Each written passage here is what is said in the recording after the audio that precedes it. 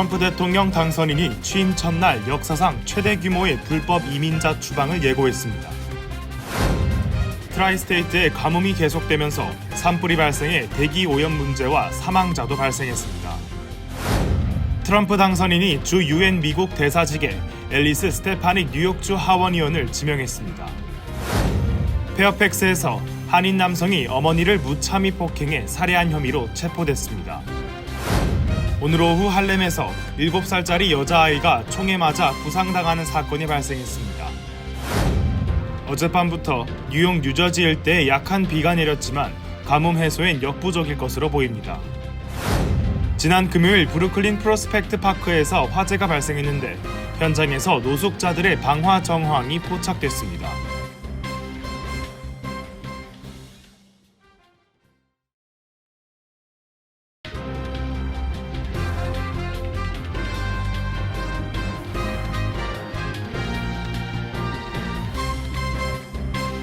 안녕하십니까?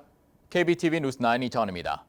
도널드 트럼프 대통령 당선인이 취임 첫날 역사상 최대 규모의 불법 이민자 추방을 개시할 것이라고 정권 인수팀 측이 밝혔습니다. 이와 함께 불법 이민을 막기 위해 부모와 아이를 분리해야 한다는 주장으로 논란을 일으켰던 톰 호먼이 이민세관 단속국 국장 대행을 임명됐습니다. 전장 기자가 전해드립니다. 트럼프는 SNS에 호먼 전 ICE 국장 대행을 국경 업무를 맡을 국경차르로 지명했다며 모든 불법 외국인을 출신 국가로 추방하는 업무를 담당하게 될 것이라고 밝혔습니다. 그는 트럼프 1기 때 ICE 국장으로 지명됐지만 상원 인준을 받지 못해 국장 대행으로 ICE를 이끌다 2018년 물러났습니다. 캐롤라인 레빗 정권 인수팀 대변인은 호먼 지명 직후 인터뷰에서 트럼프 당선인이 취임 직후 서명할 수십 개 행정명령을 정책 고문들이 작성하고 있다며 취임 첫날 미국 역사상 최대 규모의 불법 이민자 추방을 개시할 것이라고 밝혔습니다. 레빗 대변인은 또 트럼프 당선인이 이른바 멕시코 잔류 정책도 복원할 것이라고 밝혔습니다. 이 정책은 이민 희망자가 관련 절차를 밟을 동안 미국 멕시코 국경에 멕시코 쪽에 머물도록 하는 것입니다. 트럼프 당선인은 조 바이든 대통령과 카말라 해리스 부통령이 남부 국경 통제에 실패하면서 대거 불법 이민자가 유입됐으며 이들이 강력 범죄 상승, 집값 상승, 미국인의 일자리 약탈 등 사실상 모든 사회 문제의 원인이 됐다고 주장하고 있습니다. 트럼프 당선인은 유세에서 군 병력을 동원해 이주 노동자를 추방한 1950년대 드와이트 아이젠하워 행정부의 정책을 모델로 제시하며 불법 이민자 최대 2천만 명을 겨냥한 불법 이민자 추방 작전을 실시할 것이라고 언급하기도 했습니다. 한편 미국 이민협의회는 이전에 그 어떤 추방 프로그램도 1년에 50만 명 이상을 관리한 적이 없다며 대량 구금 없이 이 임무를 완수할 방법이 없을 것이라고 지적했습니다. 협의회에 따르면 2022년 기준 연방, 주, 카운티 등 미 전역 구치소와 교도소의 전체 수감자는 190만 명으로 집계됐습니다. 트럼프 당선인 측은 이번 대규모 추방이 철저한 계획하에 이루어질 것이라고 강조했습니다. KBTV 뉴스 전상입니다. 트라이스테이트 지역이 역대급 가뭄에 시달리면서 산불로 인해 연기가 퍼져 대기질 경보가 발령되고 산불과 맞선 사망자도 발생했습니다. 뉴저지주 퍼세이 카운티와 뉴욕주 오렌지 카운티에서 산불이 발생해 뉴욕 뉴저지 소방관들이 산불과 싸우고 있는 가운데 공원 직원과 산림관리원 등이 사망했습니다. 뉴저지 참전 용사의 날 계획도 연기되었습니다. 기러미 기자입니다. 지난주 뉴저지 잉글루드 클립스 인근 팰리세이즈 절벽 숲에서 산불이 발생해 32에이커 이상의 면적이 소실되는 피해를 냈습니다. 산림청은 헬리콥터를 이용해 350갤런의 물을 뿌리는 등 산불 진압 작전을 벌였습니다. 이로 인해 헨리 허드슨 드라이브 등 일부 도로가 폐쇄됐으며 조지 워싱턴 브리지에서부터 북부 뉴저지를 지나 뉴욕 베어 마운틴까지 연결되는 팰리세이즈 인터스테이트 파크웨이도 한때 일부 차선이 통제됐다가 해제됐습니다. 뉴저지 환경보호부에 따르면 가든 스테이트의 일부 지역에서 40일 이상 측정 가능한 비가 내리지 않아 상당한 비가 내릴 때까지 연기가 계속될 것으로 예상됩니다. 뉴저지주 웨스트 밀포드에서는 참전 용사의 날 행사가 이달 말로 연기됐습니다. 재향 군인의 사령관은 현재 화재에 연루된 인력 중 상당수는 재향 군인이며 지금 그들은 커뮤니티를 보호하기 위해 밤낮으로 수고하고 있다고 온라인에 게시했습니다. 하지만 대부분이 자원 소방대원일 뿐이어서 소방대는 심각하게 인력이 부족한 상황입니다. 제닝스 크릭에서는 산불로 현재까지 3,000에이커 이상이 불에 탔습니다. 이 산불로 인해 뉴욕 주립공원 직원이 사망했습니다. 뉴욕주 경찰은 사망한 18세 소년은 뉴욕 주립공원 레크레이션 및 역사 보존부 직원인 다리엘 바스케스로 확인됐습니다. 10월 이후 뉴저지 포레스트 파이어 서비스는 주 전체에서 총 4,500에이커를 태운 537건의 산불에 대응했습니다. 같은 기간 동안 뉴욕에서는 총 2,100에이커 이상을 태운 60건의 산불이 발생했습니다. 뉴욕 뉴저지 일대에는 가뭄 경보가 내려졌고 주민들에게 불을 피우거나 그릴을 사용하지 말라고 계속 촉구하고 있습니다. 국립기상청은 어제 약간의 비가 내렸지만 이로 인해 불타오르는 기상 조건이 완화될 가능성은 낮다고 전했습니다. KBTV 뉴스 길련민입니다. 도널드 트럼프 대통령 당선인이 주 UN 미국 대사직에 엘리 스테파닉 뉴욕주 하원의원을 지명했습니다. 기러미 기자입니다. 도널드 트럼프 대통령 당선인이 뉴욕을 기반으로 활동하고 있는 40세 앨리스 스테파닉 공화당 하원의원에게 주 UN 미국 대사직을 권했다고 CNN이 10일 보도했습니다. 트럼프 전 대통령은 주 UN 미국 대사직으로 스테파닉 의원을 임명한다고 밝히며 그는 강하고 단단하며 스마트하다고 말했습니다. 더 포스트 역시 스테파닉 뉴욕주 하원의원이 도널드 트럼프 대통령 당선인의 요청을 수락했고 UN 대사로 임명될 예정이라고 보도했습니다. 대학 캠퍼스 내 반유대주의에 대해 날카로운 질문으로 압박하며 두 아이비리그 대학 총장을 물러나게 한 장본인인 40세 공화당 소속 스테파닉 의원은 트럼프의 미국 우선주의 기조와 함께 친이스라엘 메시지를 UN 본부에서 전파할 것으로 보입니다. 1984년생으로 올해 40세인 스테파닉 의원은 뉴욕주 21선거구에서 2014년부터 하원의원을 역임해온 5선 의원으로 하원 공화당 서열 4위입니다. 현재 스테파닉 의원은 하원 공화당 내부 회의를 관리하는 총회 의장직을 맡고 있습니다. 그는 지난 5일 본선거에서 치러진 하원의원 선거에서도 승리를 확정해 6연임을 이어갈 예정입니다. 트럼프의 열렬한 지지자로 알려진 스테파닉 의원은 올해 대선 과정에서 러닝메이트로까지 거론됐던 인물입니다. 이에 따라 본선거 전부터 트럼프가 승리한 후 주 UN 미국 대사 혹은 중앙정보국 주요직에 임명될 것이라는 전망이 나오기도 했습니다. 스테파닉은 트럼프 대통령 내각에 UN 주재 미국 대사로 임명된 것을 진심으로 영광스럽게 생각한다며 임명 수락 성명을 발표했습니다. 그녀는 더 포스트에 트럼프 대통령의 역사적인 압승은 전 국민에게 희망을 안겨줬으며 국내외 모두에 밝은 미래가 다가오고 있음을 상기시켜준다고 말했습니다. 이어 미국은 세계의 지표 역할을 하고 있지만 동맹국들로 하여금 평화를 위한 강력한 파트너십을 기대하고 요구할 것이라고 밝혔습니다. KBTV 뉴스 길련민입니다. 30대 한인 남성이 자신의 어머니를 무참히 폭행해 살해한 혐의로 체포돼 충격을 주고 있습니다. 노모는 출동한 구급 대원들에 의해 현장에서 사망 판정을 받았는데요. 경찰은 현장에서 아들을 체포했습니다. 전장 기자가 전해드립니다. 버지니아주에서 거주하는 39세의 존 김 씨가 75세 모친을 폭행해 살해한 혐의로 현장에서 체포됐다고 NBC 워싱턴과 지역 매체들이 보도했습니다. 보도에 따르면 신고를 받은 경찰은 지난 7일 오전 9시 40분쯤 페어팩스 카운티의 6300블록 린컨니아 로드에서 현장에서 상체에 치명적인 외상을 입은 채 쓰러진 한인 여성 김 씨를 발견했습니다. 김 씨는 출동한 구급대원들에 의해 현장에서 사망 판정을 받았습니다. 경찰에 따르면 김 씨가 사망한 채 발견된 현장에는 사망자의 아들 존 김 씨가 도주하지 않고 있었고 경찰은 존 김 씨가 어머니 김 씨를 폭행해 사망에 이르게 한 것으로 보고 현장에서 그를 체포했습니다.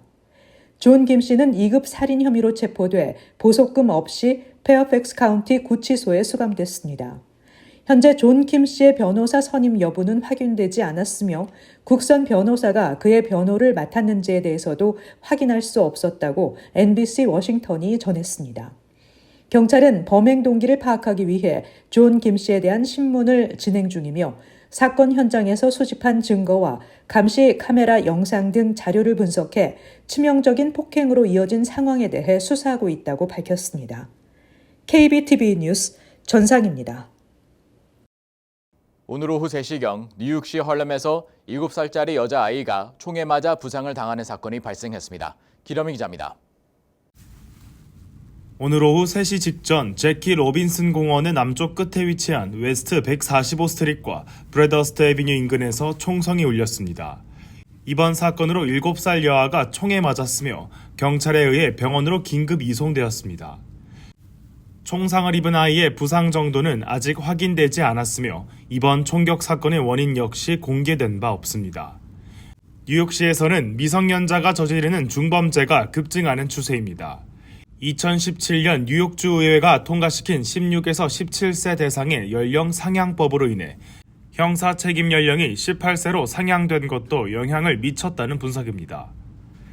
2017년 중범죄로 체포된 미성년자 범죄가 3,543건을 기록했지만 작년 한 해는 37% 늘어난 4,858건을 기록했습니다. 총기 및 칼을 소지해 피해자에게 부상을 일으키는 미성년자 범죄 건수는 2017년 대비 작년 28%가 늘어났습니다. 미성년자 범죄가 급증하는 만큼 미성년자들의 중범죄 및 총기 사건으로 인한 피해도 급증세를 보이고 있습니다. KBTV 뉴스 길레민입니다. 어젯밤부터 뉴욕 뉴저지 일대에 약한 비가 내렸습니다. 하지만 가뭄의 해소에는 큰 도움이 되지 못할 것으로 보입니다. 기러미 기자입니다. 현재 뉴욕 뉴저지 일대는 극심한 가뭄으로 인한 산불로 공기질마저 좋지 않은 상태입니다. 어젯밤부터 비가 내렸으며 가뭄을 끝낼 정도의 양은 아니었지만 가뭄 해소의 첫걸음이 될 것으로 보입니다. 오랜만에 내린 비는 마른 나뭇잎과 강한 바람 속에서 싸우고 있는 소방관들에게 큰 도움이 될 것으로 보입니다. 뉴저지는 22년 만에 극심한 가뭄을 겪고 있으며 특히 주 남동부에서 상황이 심각합니다. 가뭄과 바람 그리고 마른 낙엽이 최적의 산불 발생 조건을 만들었습니다. 뉴욕 뉴저지 일대에서 발생한 산불로 인해 트라이스테이트 지역에 공기질 경보가 발령되었습니다. 필라델피아는 42일 동안 비가 내리지 않았으며 이는 1874년에 세운 29일 기록을 넘어선 것입니다. 화요일까지 대다수의 지역은 약 0.5인치의 비가 예상되며 서부 펜실베니아 지역은 더 많은 비가 내릴 것으로 보입니다. KBTV 뉴스 길레민입니다. 지난 금요일 저녁 뉴욕시 브루클린 프로스펙트 파크에서 큰 화재가 발생해 공원이 폐쇄됐습니다. 어제까지 화재에 대한 원인에 대해 공식적인 발표는 없었지만 공원에서 지내는 노숙자들의 방호로 인한 것이라는 정황이 발견됐습니다. 기러미 기자입니다. 브루클린의 유명 명소인 프로스펙트에서 발생한 화재를 진압하는 과정에서 100명이 넘는 소방대원이 투입됐습니다. 소방국 대변인은 기록적인 건조 기후와 바람으로 인해 불이 빠르게 번져가 진압이 어려웠지만 빠르게 대처해 성공적으로 진압했다고 덧붙였습니다. 더 포스트지에 따르면 인근 주민들은 공원에 노숙하는 사람들이 많다며 그들이 화재의 원인이라 해도 놀랍지 않다고 전했습니다. 또한 공원에 나무가 우거진 숲속에는 노숙하는 사람들 외에 아무도 들어가지 않는 구역이라고 덧붙였습니다. 화재가 진압되고 숲에 남은 잔재들은 주로 맥주캔, 여행용 캐리어, 유모차 등 주로 노숙자들이 가지고 다니는 물건들이 발견됐습니다. 또한 폭발한 채로 버려진 페인트 스프레이도 무더기로 발견돼 공원 노숙자들의 소행에 대한 의혹에 무게가 실렸습니다. 이 사건으로 인해 인근 주민들은 공원 순찰을 더욱 강화해야 한다며 공원 곳곳에 노숙자들이 밀집한 서식 구역에 대한 대책을 촉구했습니다. KBTV 뉴스 길레민입니다. 뉴욕시가 논란 끝에 결국 망명 신청자에게 지급하던 직불카드 프로그램을 중단하기로 했습니다. 뉴욕시는 연말을 끝으로 직불카드 프로그램을 종료한다고 밝혔습니다. 뉴욕시는 3월 말부터 쉘터에 거주하는 2,600명의 망명 신청자에게 총 $320만 규모의 선불 직불카드를 제공했습니다. 5세 이하의 자녀 2명을 둔 4인 가족 기준으로 주당 약 $350를 받는 것으로 추정됐습니다. 뉴욕시 대변인은 최근 망명 신청자 수가 줄어 직불카드 지급 필요성이 불분명해졌다고 프로그램 종료 이유를 설명했습니다. 그러나 갑작스러운 프로그램 중단을 놓고 일각에서는 강경 이민 정책을 내세우는 도널드 트럼프 전 대통령의 당선 이후 시정부 분위기가 바뀌었다고 지적했습니다. 헬멧을 쓴 괴한 2명이 아스토리아 휴대전화 매장을 점거하고 직원에게 여러 차례 총을 쏜 후 22,000달러 상당의 롤렉스 시계를 강탈했다고 경찰이 밝혔습니다. NYPD에 따르면 휴대폰 매장에서 일하는 40세 남성 피해자는 양쪽 다리와 몸통에 총을 맞았습니다. 강도들은 22,000달러 상당의 롤렉스 시계를 강탈한 후 스쿠터를 타고 현장을 떠났으며 경찰에 따르면 이들 중 한 명은 회색 헬멧과 검은색 자켓, 청바지를 입고 있었습니다. 또 다른 한 명은 검은색 헬멧과 빨간색 마스크, 파란색 후드가 달린 스웨셔츠, 빨간색과 검은색 운동화를 착용하고 있었습니다. NYPD는 시민들의 제보를 당부했습니다. 저소득층 주민들을 위한 뉴욕주의 난방비 보조금 프로그램 신청 접수가 진행 중입니다. 신청 대상은 4인 가구 기준 월 소득 6,390달러 이하, 연소득 76,680달러 이하 주민과 푸드 스탬프, 현금 지원, 생계 보조금 혜택을 받는 주민입니다. 단 가족 중 한 명은 시민권자이거나 5년 이상 영주권 소지자여야 합니다. 보조금은 렌트에 난방비가 포함된 경우 45에서 50달러, 난방을 위한 주요 에너지가 전기나 천연가스로 요금을 공급업체에 직접 지불해야 하는 경우 400달러, 난방을 위한 주요 에너지가 가솔린, 등유, 프로판 등으로 요금을 공급업체에 직접 지불하는 경우 900달러의 난방비를 지원받을 수 있습니다. 엘라바마주의 흑인 대학인 터스키기 대학에서 어제 새벽 총기 난사 사건이 발생해 1명이 숨지고 16명이 부상을 입었다고 AP통신 등이 보도했습니다. 이번 총격에 희생된 사람은 18세 남성으로 이 학교 학생은 아닌 것으로 파악됐습니다. 부상자 가운데 12명은 총상을 입었고 4명은 직접적인 총상에 따른 부상은 아닌 것으로 전해졌습니다. 부상자 중 일부는 이 대학 학생인 것으로 알려졌습니다. 이번 사건의 용의자가 체포됐다는 소식은 아직 없었습니다. 이번 총격은 이 대학의 100번째 홈커밍 주간 행사가 끝나갈 무렵 발생했습니다. 잠시 후 커뮤니티 브리핑을 전해드립니다.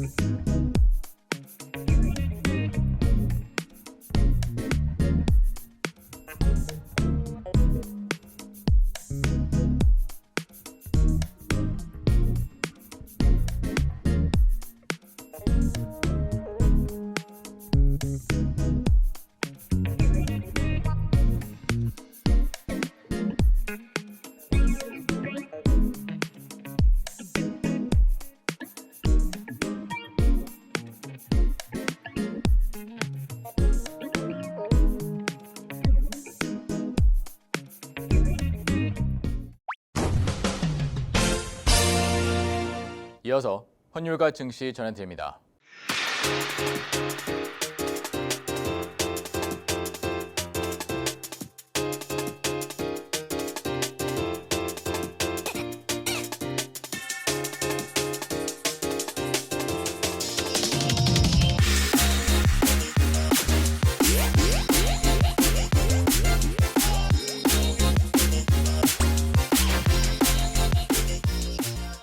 잠시 후 뉴욕과 뉴저지 날씨 전해드립니다.